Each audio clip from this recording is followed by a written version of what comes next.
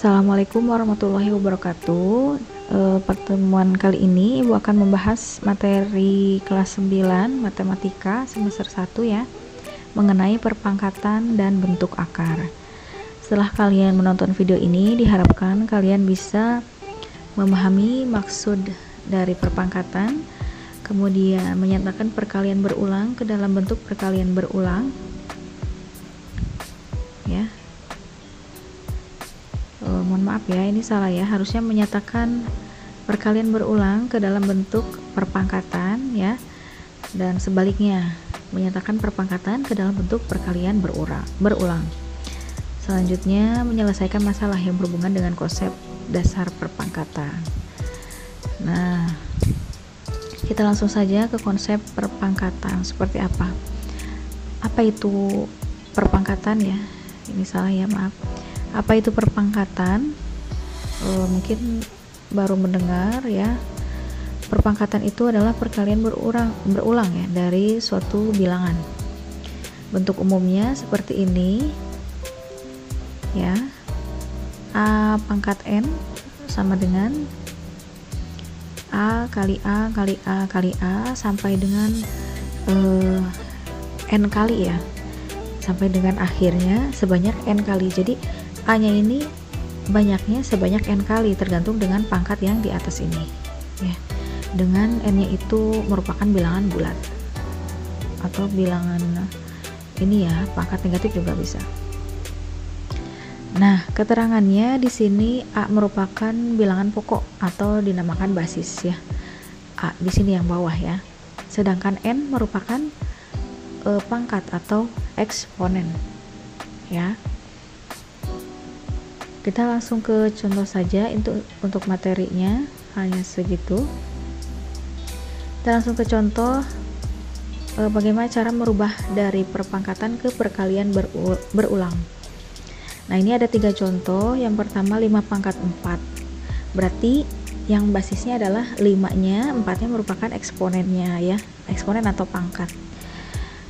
Nah, berarti siapa yang sebanyak siapa? Kan harus ada yang menjadi basisnya, terus berapa banyak gitu ya. 5 pangkat 4 kalau kita buat ke perkalian berulang itu bisa dijadikan seperti ini ya.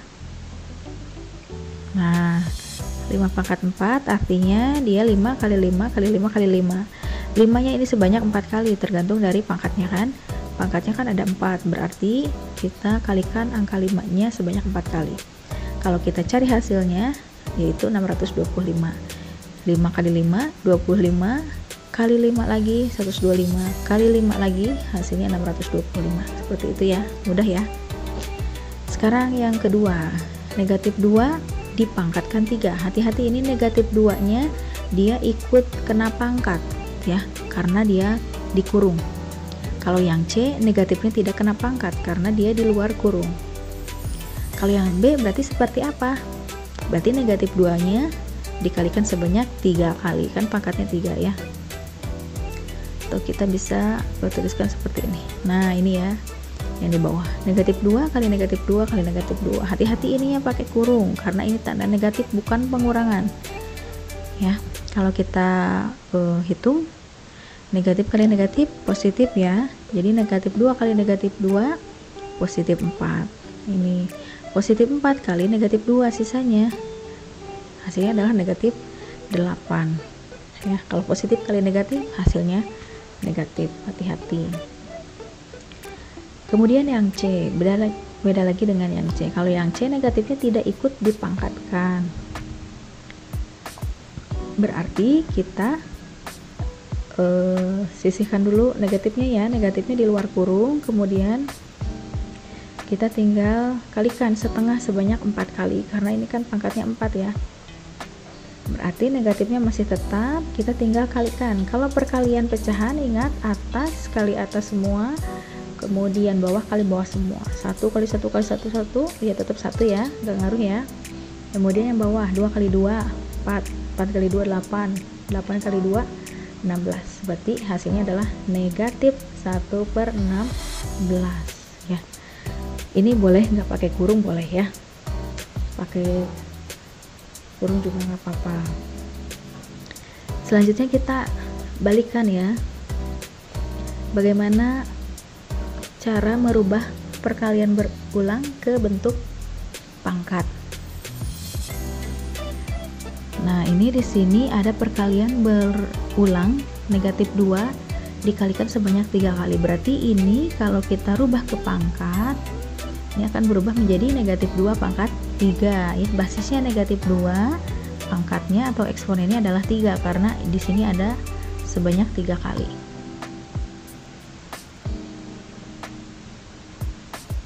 Nah, seperti ini ya. Jadi negatif 2 pangkat 3. Hasilnya adalah negatif 8. Kok bisa negatif 8? Dari mana?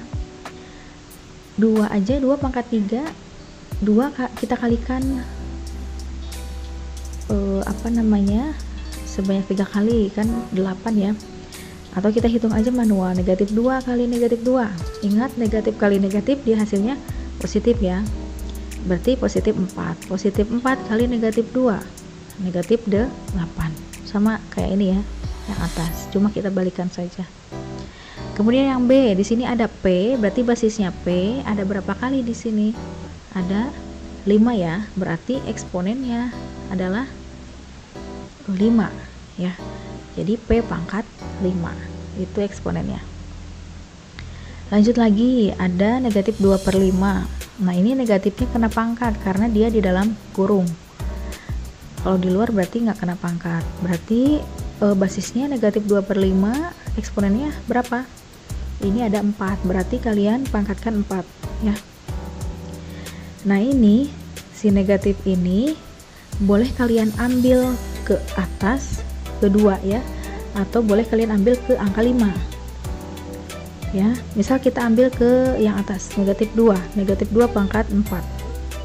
Negatif 2 pangkat 4 hasilnya 16, positif ya.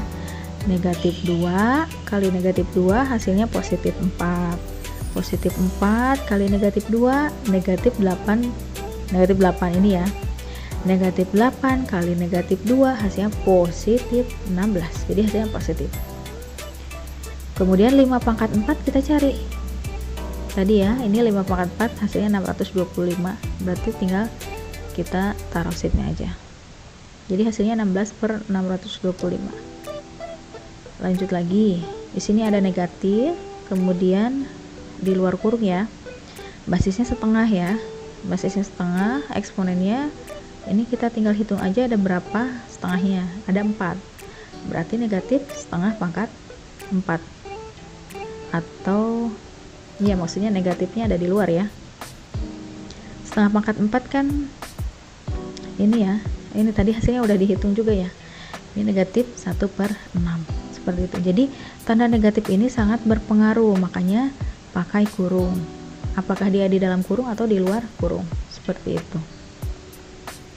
Selanjutnya kita ke contoh masalah yang terkait konsep perpangkatan ya. Nyatakan bilangan berikut dalam perpangkatan berbasis 2 dari 512 ya. 512 berbasis 2, berarti 2 pangkat berapa yang hasilnya 512 gitu ya. Nah, supaya kalian mudah mencarinya, boleh menggunakan pohon faktor ya, seperti di SD ya, dibagi-bagi gitu terus. 512 bagi 2 bagi 2 lagi bagi 2 lagi terus sampai dengan habis ya. Nah, itu kalian hitung ada berapa duanya. Ternyata angka 2-nya adalah ada 9. Misalnya ada 9 ini ya. Berarti basisnya 2, kemudian eksponennya adalah 9. Gitu ya. Itu cara mudahnya. Jadi kita dapatkan 2 pangkat 9 itu sama dengan 512. Kemudian yang kedua, nyatakan bilangan berikut dalam perpangkatan berbasis 10. Nah, ini kan 10.000 ya. 10.000 itu tinggal bagi 10 aja terus. 10.000 bagi 10, 1000. 1000 bagi 10, 100. 100 bagi 10, 10 ya. 10 bagi 10, 1. Nah, itu 10-nya ada berapa kali? Ternyata didapatkan ada 4 kali. Berarti basisnya 10, kemudian pangkatnya atau eksponennya adalah 4 gitu ya, 10 pangkat 4. Contoh terakhir ini masalah kehidupan sehari-hari ya, mengenai konsep perpangkatan. Tentukan hasil dari operasi berikut. Yang contoh sehari-harinya ini nomor 3 ya. Nah, ini ada operasi perpangkatan. Yang pertama 5 tambah 3 kali 2 pangkat 4. Nah, dalam soal nomor pertama ini yang harus didahulukan adalah pangkat dulu ya. Pangkatnya dulu hitung, kemudian kalikan, kemudian yang terakhir adalah jumlahkan ya. Jadi kalian jangan menjumlahkan terlebih dahulu kemudian dikalikan gitu ya, berurutan dari kiri, jangan. Tapi kita harus cari nilai perpangkatan ini. 2 pangkat 4 itu 16 ya. 2 pangkat 4 tidak sama dengan 2 kali 4. Hati-hati, tapi 2 kali 2 kali 2 kali 2 sebanyak 4 kali ya. 2 pangkat 4 16, kemudian 5 dan 3 nya kita taruh lagi, 3 kali 16 48, baru kita jumlahkan dengan 5 ya, karena kan perkalian dan penjumlahan harus didahulukan perkalian dulu. Lanjut lagi yang B, 1/4 pangkat 4 dibagi negatif 1/3 pangkat 2. Nah, kita harus cari dulu, jangan langsung dibagi 1/4 dan 1/3-nya ya, tapi kita harus cari dulu hasil dari perpangkatannya. 4 pangkat 4 itu adalah 256. Bisa dicari ya, bukan 16 ya. 4 kali 4 kali 4 kali 4 itu ya. 3 pangkat 2 itu 9 ya. Ini kenapa jadi positif 1/9?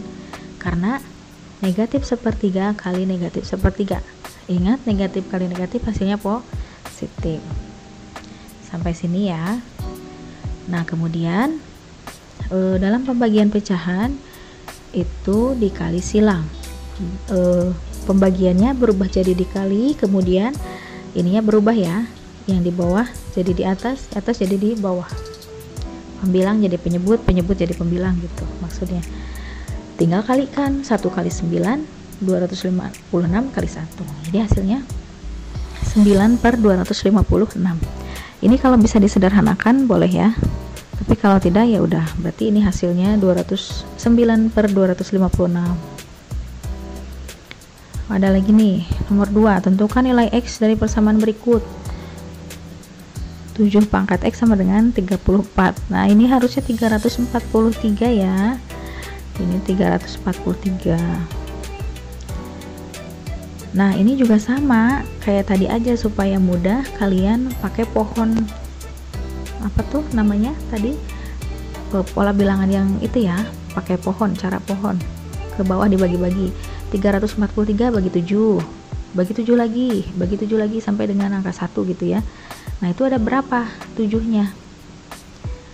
Nah, berarti misal kita dapat 3 ya, berarti X nya adalah 3, basisnya 7, eksponennya 3, seperti itu.